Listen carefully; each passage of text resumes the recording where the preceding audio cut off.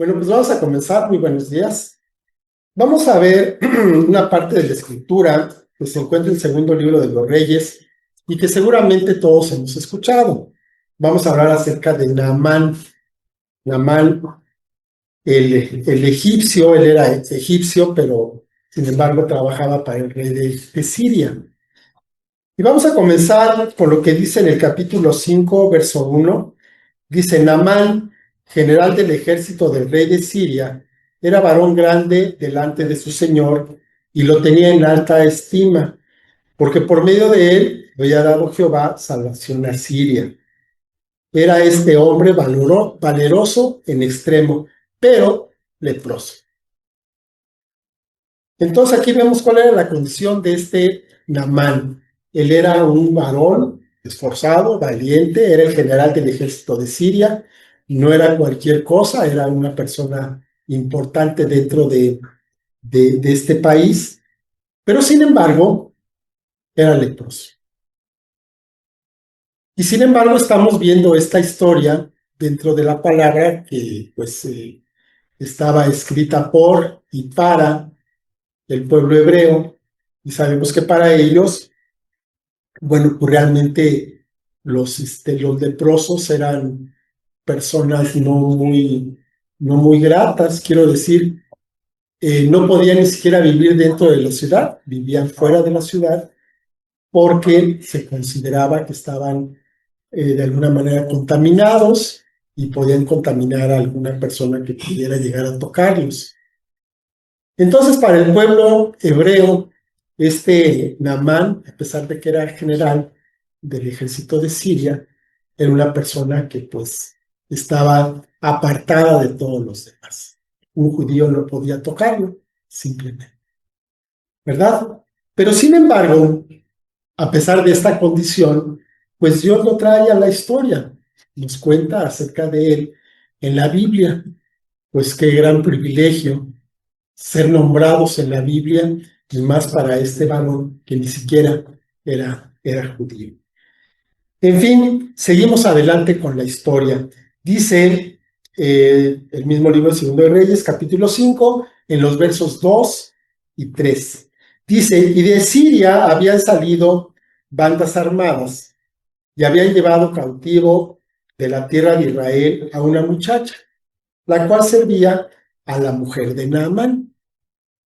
Esta dijo a su señora: si rogase mi señor al profeta que está en Samaria, él lo sanaría de su lepra.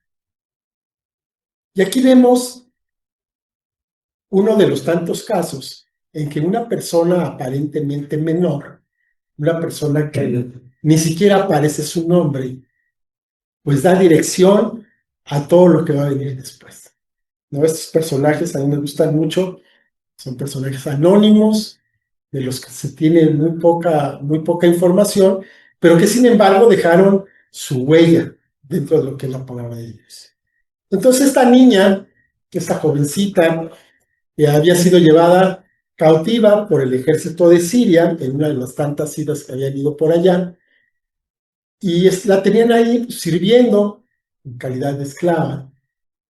Pero cuando esta niña ve la condición de su señor, del esposo de su señora, pues entonces ella piensa, ¿no? Y dice: híjole, pero es que este amigo está leproso, pero pues yo sé que puede ser sanado, porque yo he escuchado de parte de toda mi parentela, de todos los que vivíamos allá, decían que teníamos un Dios grande. Amén. Y sabíamos que había un varón de Dios que vivía en Samaria, y por supuesto que podía sanar a este hombre.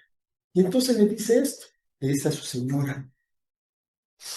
Y Naamán, siguiendo la palabra de su esposa, que por supuesto su esposa pues, estaba bien con él, pero no estaba tan bien como quisiera, pues quién quisiera estar casada con un leproso. Entonces cuando escucha esto se entusiasma, habla con él, le comunica lo que la niña le dijo, y pues Naamán dice: órale, va, ahora sí que estoy enfermo, no hay médico que me pueda sanar. Entonces, lo único que puedo perder yendo para allá, pues es tiempo, porque realmente peor no voy a quedar. Estoy como leproso, no hay tratamiento para esto y seguramente voy a morir leproso. Entonces voy, ¿cómo no? Pero como es una persona que está bajo autoridad, respetuosamente va a ver a su señor, va a ver al rey de Siria. Y vemos en los versos 4 y 5, dice, entrando Naamán a su señor, ¿okay?, le relató diciendo, así y así ha dicho una muchacha que es de la tierra de Israel. Y le dijo el rey de Siria, anda, ve, y yo enviaré cartas al rey de Israel. Salió pues él, llevando consigo 10 talentos de plata, 6,000 piezas de oro y 10 mudas de vestidos. O sea, lo armó bien, ¿no? Todo lo que estaba llevando y además le estaba dando cartas para que se presentara delante del rey de Israel.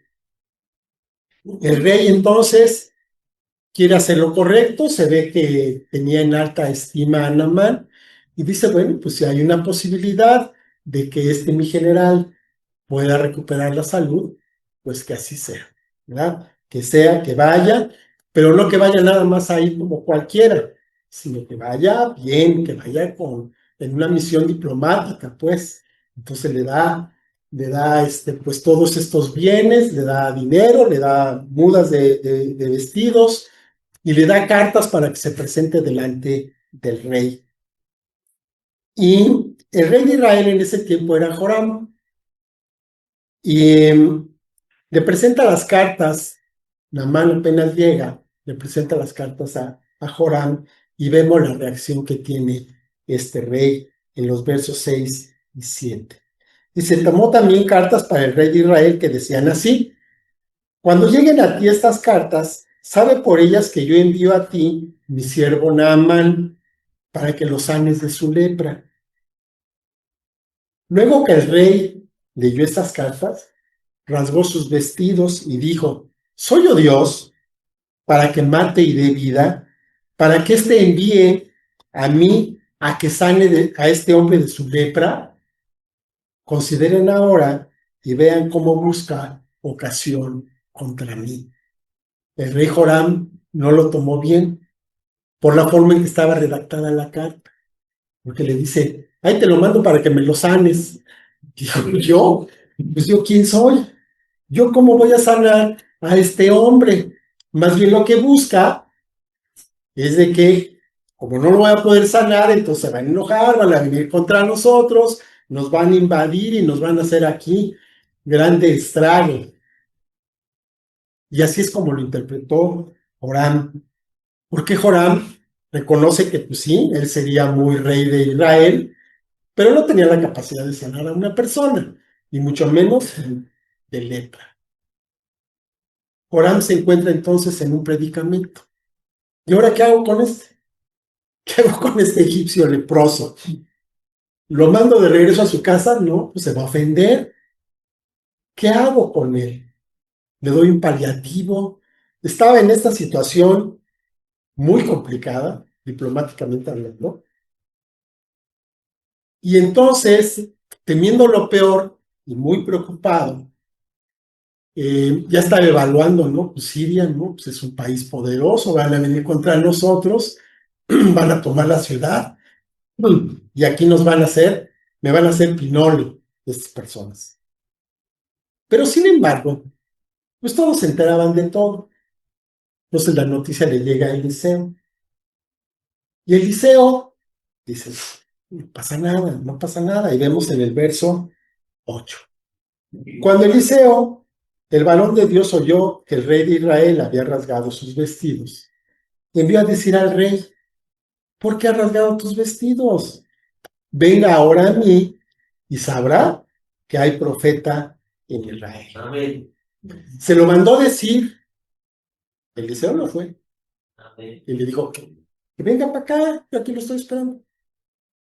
O sea, hay que ver el tamaño que tenía Eliseo, ¿no? Para decir al rey, pues mándamelo. Yo aquí lo adquiero. Y bueno, pues ya se lo comunica, yo creo que muy, muy amablemente le dice de esta resolución, y Naamán, en muy buen plan, con muy buena actitud, acude, ¿no? Dice, ándale, pues, voy. Y ahí va. Y vemos en los versos 9 y 10. Vino Naamán con sus caballos y con su carro, y se paró a las puertas de la casa de Eliseo. Vaya a saber dónde vivía Eliseo. Entonces Eliseo le envió un mensajero diciendo, ve y lávate 7 veces en el Jordán, y tu carne se te restaurará y serás limpio. Y volvemos a lo mismo. Eliseo ni se movió, le mandó un mensajero para que. ¿Cómo se sintió Naamán? No, pues estaba ofendidísimo, ofendidísimo. Yo vengo desde mi tierra, traigo cartas, pasé a ver al rey, llego con este cuate que quién sabe quién sea, ni siquiera me recibe y me manda a decir que me vaya a bañar al río Jordán.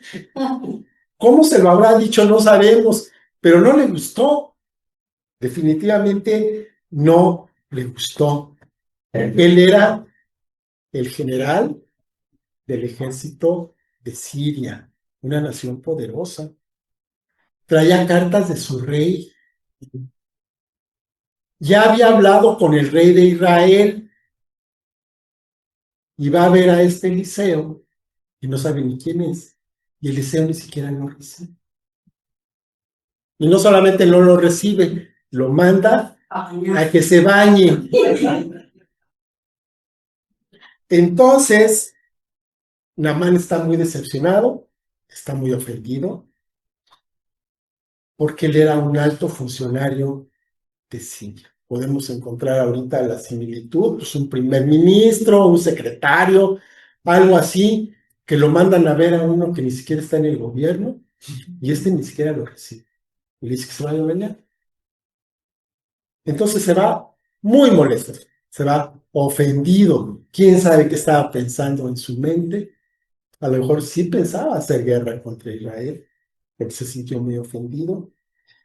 Pero vemos en el verso 13. Mas sus criados se le acercaron y le hablaron diciendo, Padre mío, si el profeta te mandara alguna gran cosa, ¿no lo harías?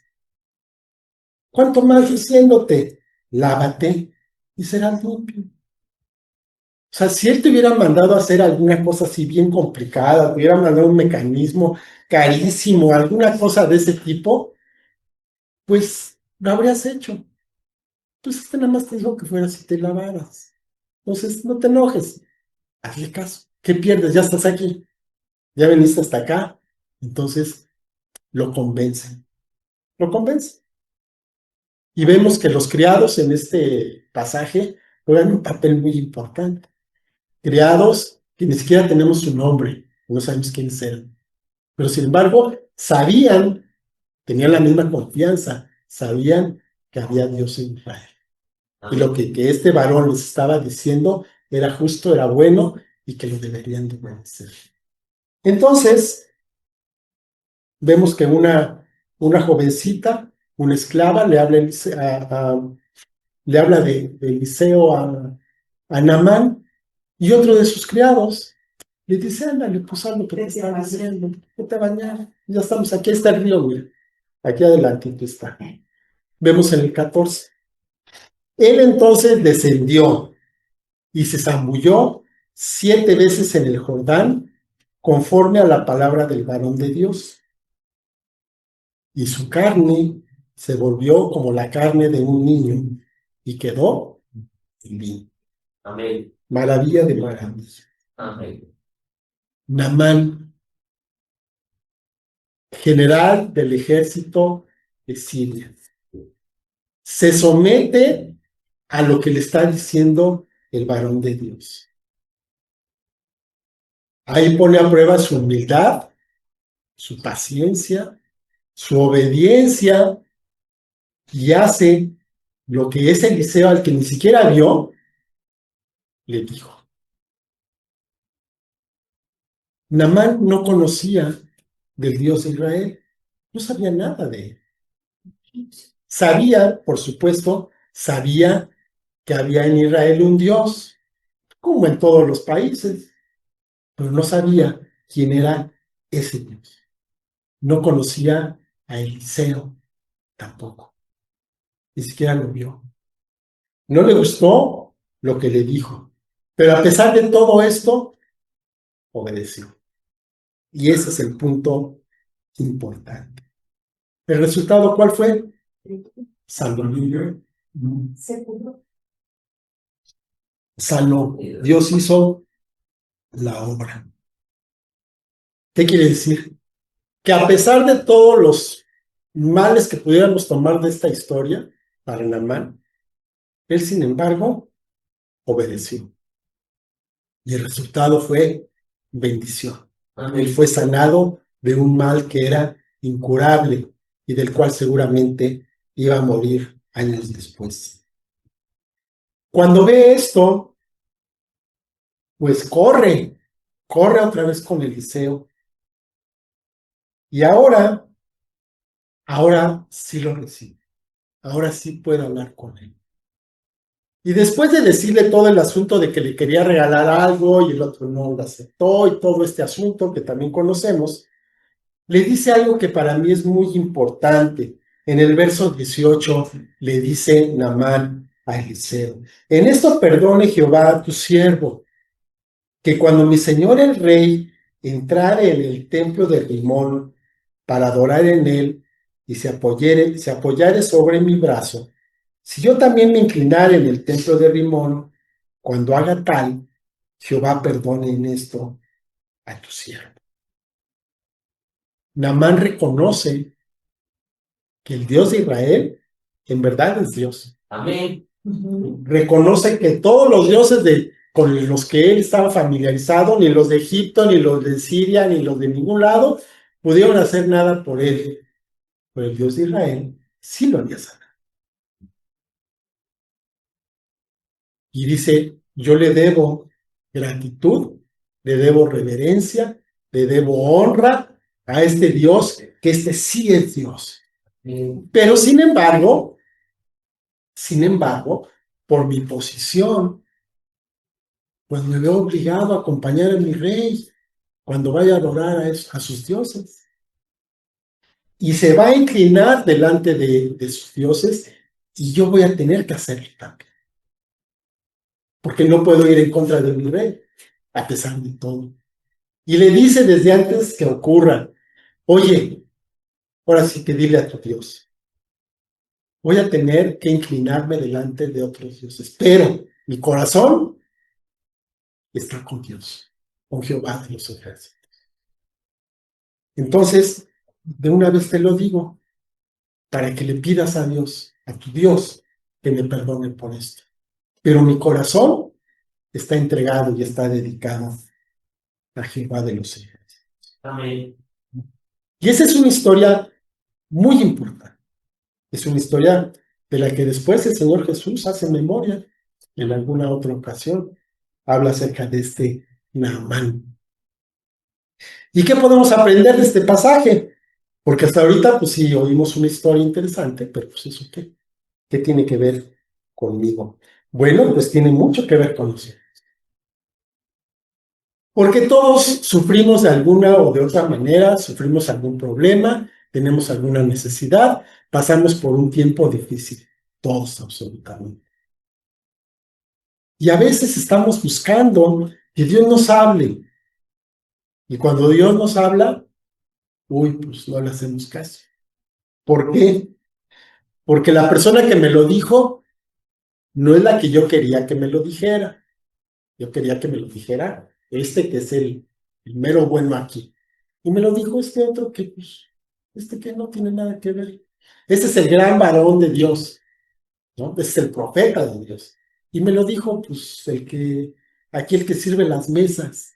Entonces eso no me gustó. Pues, yo estoy yendo con el importante, con el bueno, no con esta persona que no sé ni quién sea. O también lo que nos dice no nos gusta, ¿no? Nos está diciendo algo Y a lo mejor decimos, oye, pues eso yo ya me lo sabía. Pues sí, pero no le estás haciendo caso. O también no tiene sentido, aparentemente. Nos estás diciendo que hagamos algo que no tiene sentido. ¿Qué es esto? ¿Qué tiene que ver con mi mal? ¿Qué tiene que ver con el problema que yo tengo? ¿Qué no se da cuenta de cuál es la situación conmigo? ¿Cómo es que me manda a hacer esto que no tiene nada, nada que ver? Decimos que conocemos a Dios, decimos que confiamos en Él, pero muchas veces la fe que necesitamos para obedecer, para hacer esos pequeños cambios en nuestras vidas, no es suficiente y nos quedamos cortitos. Tenemos que llegar a un cierto nivel y nos quedamos más abajo de eso. Por cualquiera de las circunstancias que hemos hablado o de cualquier otra.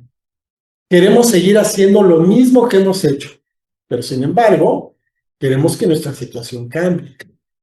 Eso no es posible. Eso no va a ocurrir. Hablábamos de que Dios, por supuesto, tiene grandes planes para nosotros y es capaz de todo. No hay nada imposible para Él. Pero requiere que nosotros hagamos una parte. Si no hacemos esa parte, pues entonces estamos atando de manos a Dios. Él no va a hacer, Él pide que hagamos el 10% para que Él haga el 90%. Pero si no hacemos ni el 10%, pues la cosa no va a funcionar. Namán, Namán ya iba camino a su tierra, pero sin embargo, cuando ve esta sanidad, regresa y va a buscar al varón de Dios para hacerle saber primero que Dios había cumplido con su palabra, que Dios lo había sanado, que Dios había hecho un milagro en su vida.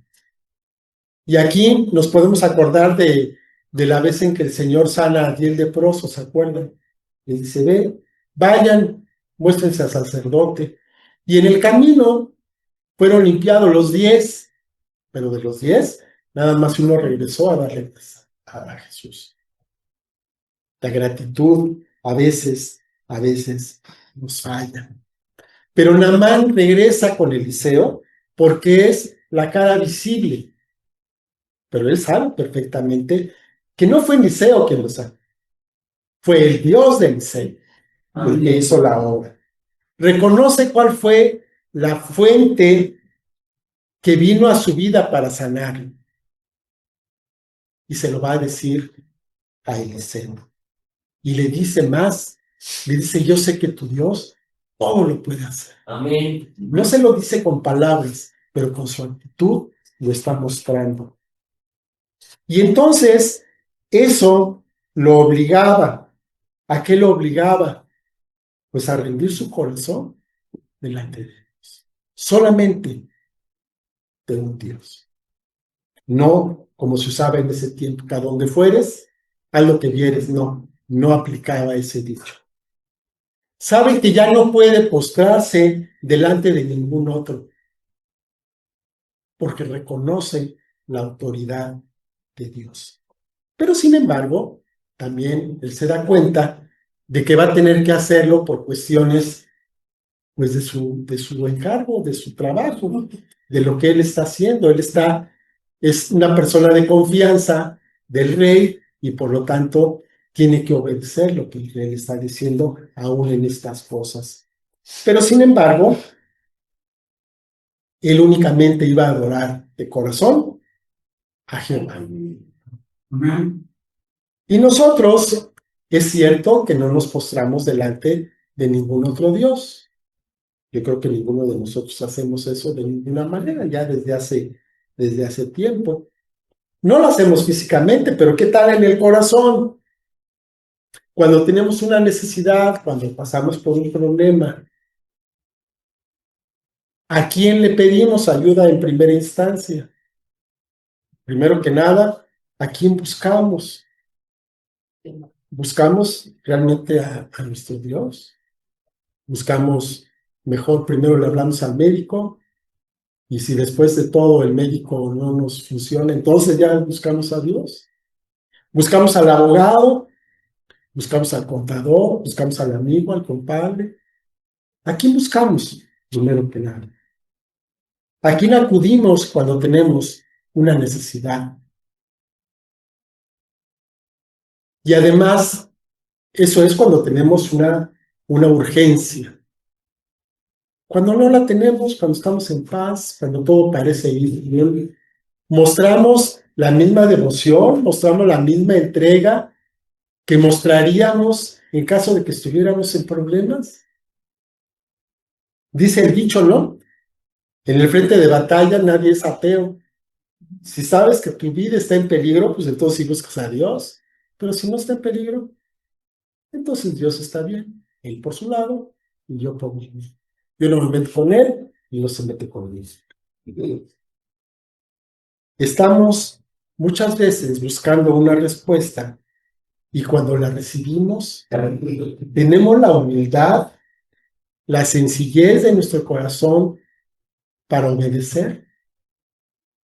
O aún en esos momentos nos brota por ahí un poco de esa soberbia que antes teníamos. Cuando alguien en la iglesia recibe una palabra de parte de Dios, una palabra de bendición, la escuchamos y decimos, amén, yo también la quiero, y decimos que arrebatamos la bendición. ¿Está bien? Eso está bien y es válido. Ah, pero ¿qué tal cuando viene la exhortación a una de esas personas de la iglesia? También decimos, amén, también es para mí. No, ahí decimos, no, pues ese es su problema. Yo no estoy en esa situación. Yo soy bueno, buenito. Y ahí no digo amén. Ahí me quedo calladito y más bien digo, ay, qué muchacho es. ¿Cómo reaccionamos ante una exhortación? Ahí todos nos quedamos callados. Pero sin embargo, esa es una cuestión personal, esa es una cuestión delicada. Yo me acuerdo cuando hice mi servicio militar, sí había servicio militar en mi tiempo. Entonces, nos decía la persona que nos estaba dando la instrucción que en caso de que pues, viniera una guerra o una cosa así, ya saben que hay reservas y todo esto, ¿no? Entonces, que primero se hace un aviso general, ¿no? Para todas las personas que están en edad, bla, bla, bla, que vayan a su centro para que sean enlistados y todo eso.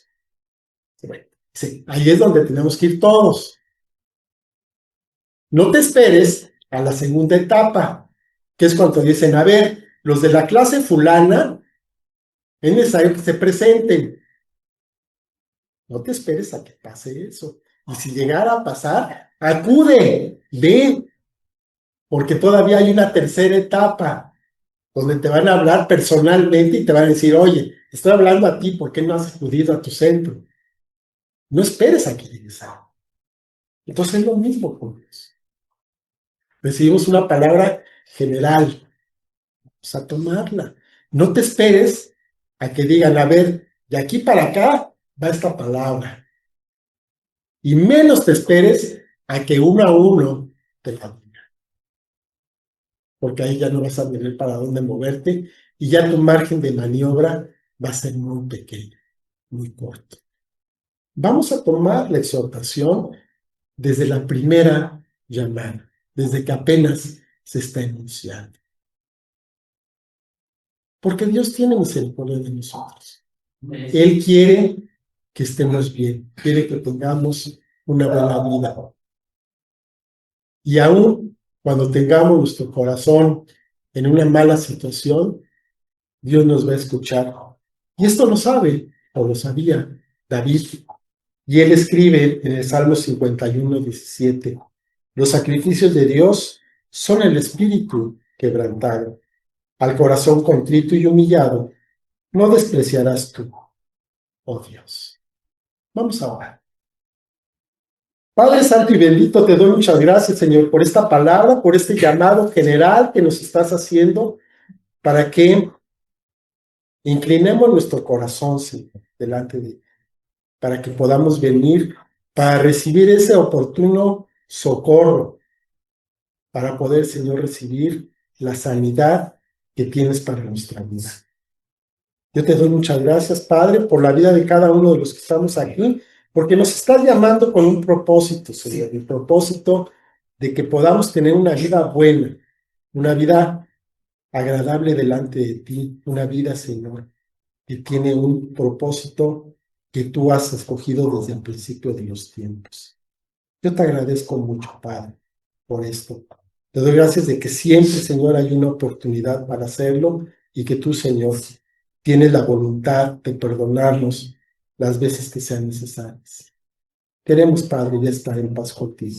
Queremos, Señor, hacer lo que tú nos estás llamando a hacer, a obedecer, Señor, así como Naamán lo hizo, que nosotros también, Señor, podamos hacerlo, aunque lo que estemos oyendo no cumpla con nuestras expectativas.